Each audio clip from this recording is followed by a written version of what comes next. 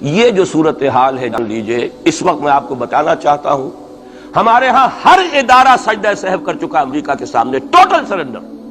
اور یہ بات جو قاضی حسین احمد صاحب کہہ رہے ہیں 100% درست کہہ رہے ہیں، 100% درست کہہ رہے ہیں۔ ٹوٹل سرنڈر، چاہے وہ بے نظیر ہو، چاہے وہ نواز شریف ہو، اور چاہے وہ کوئی اور ادارہ ہو آپ کا جو یہاں پہ قوت کا اصل سرچشمہ ہے اور منبع ہے، سب کے سب 100% جو ہے اس کے سامنے سجدہ کر چکے ہیں۔ یہ میں ڈنکے کی چوٹ کہہ رہا ہوں اور بہت عرصے سے کہہ رہا ہوں۔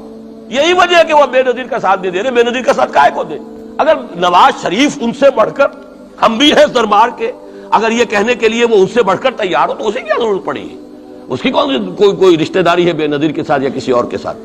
ہاں، اگر نواز شریف کہیں کسی جگہ پر بھی کوئی اپنے پاؤں کو گھسیٹتا، ڈریگ کرتا، اپنے فیٹ کو کہیں کوئی رکاوٹ ڈالتا، پھر ٹھیک ہے، پھر اس کو آلٹرنیٹ لانے کے لیے تو کوئی ہے نا کوئی سوال۔ لیکن جب وہ ان سے بڑھ کر نیاز مند ہوں، ان سے زیادہ بڑھ کر سجدہ کرنے کو تیار ہوں، ان سے بڑھ کر کہیں ہم شریعت کوڈ ہی کو اٹھا کے پھینک دیں گے، اگر سود کا معاملہ جو ہے شریعت کوڈ کے حوالے سے ہمارے لیے مصیبت بنا، سود تو دیں گے، چلے گا، لائیے، خدا کے لیے لائیے، پیسہ لے کے آئیے، ہمارے ملک میں آئیے، پیسہ لگائیے۔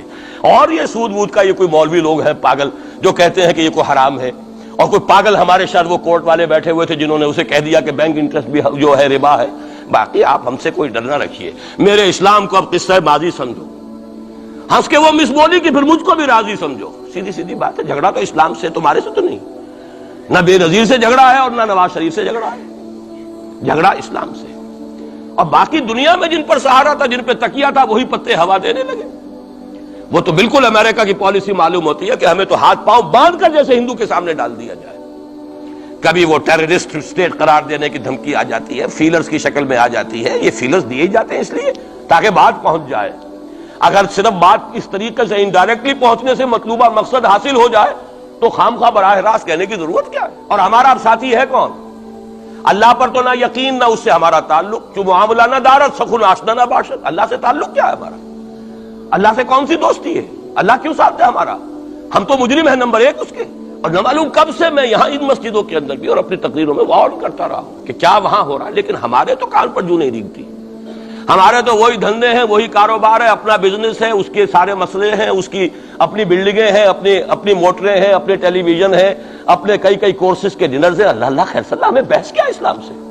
اس حوالے سے بہت برا وقت آ رہا ہے۔ جو ہمارا حال ہے وہ تو ہونا ہی تھا۔ یہ ملک بنا اسلام کے نام پر، اس کا استحکام ہو سکتا تھا تو صرف اسلام کی بنیاد پر ہو سکتا تھا۔